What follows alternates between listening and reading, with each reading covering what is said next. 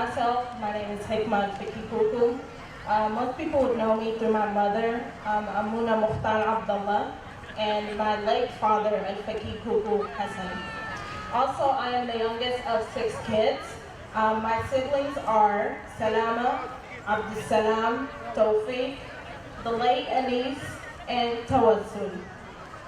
I want to briefly share with you my family story and how we were directly affected by Omar al-Bashir and his regime. The reason my family and I are here in America is for the simple right of freedom of religion. You see, my family came from a Muslim background. My father was one of the greatest Muslim community leaders in our neighborhood when we lived in Sudan. In Sudan, as many of you would know, it is very common to have both the Muslim and the Christians in a family, and so that never divides us as a family. One day, one of my uncles came to talk to my father about the Bible.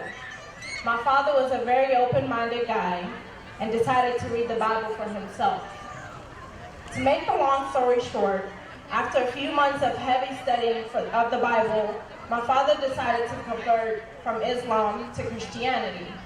A few months later, my mother also converted to Christianity on her own. As many of you may have guessed, this caused a really big stir in our neighborhood. How dare my father switch his religion when everyone looked up to him as one of the greatest devout Muslims? Shortly thereafter, my parents' conversion, I remember my father would sit myself and my siblings and would just teach us about Jesus and all the great stories that came from the Bible. One day, my sister, Tawassul, was playing with one of the neighborhood kids and he started to taunt her and told her that your family is going to hell because you are no longer a Muslim. My sister boldly responds to the young boy and tells him no. Jesus is coming back and he is going to take us to heaven. Of course, the boy goes back to his father and tells him of this conversation that he had with my sister. The father, of course, got really upset and blamed my father for what they claimed was proselytizing. A few nights later, a police car showed up with several officers at our house and arrested my father for what they claimed was proselytization. While in jail, my father was bribed, tortured, neglected. My father endured these horrible conditions in jail for a total of 1 year and 4 months until he one day had a stroke in his prison cell. My mother came to visit him as she did every day and saw my father laying there helpless and unable to speak. She quickly asked the guards, why is he not getting medical attention? And their response was, we don't have transportation to take him to the hospital. My mother had to call one of our family members who had a vehicle at the time to transfer my father to get medical help at the hospital. As my father laid in the hospital bed, they proceeded to handcuff and chain him to the bed as if he was a criminal, when all he did was change his religion from Islam to Christianity. To make the story a little bit shorter, a nonprofit organization miraculously heard of my father's story and what he was enduring.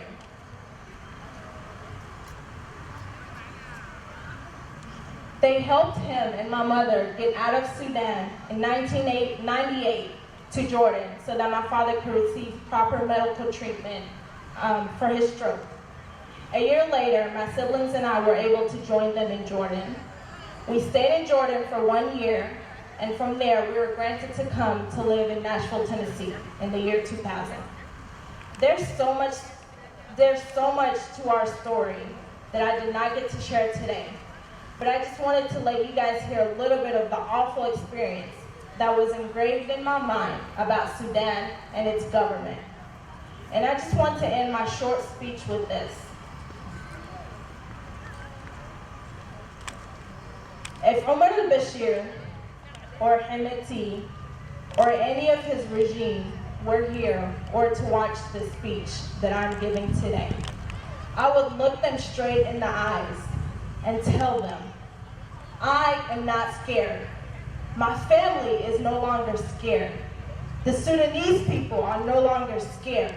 And that is why we are here, standing in unity, to fight what you cowards have done to us. You have marginalized us in the Nuba Mountains. You have killed the Darfurians. But today I'm here to say that enough is enough. Enough is enough. Das komt pas. Das komt pas. Das komt tani. Das komt tani. Das komt tani. Das komt tani. Thank you so much. God bless you all.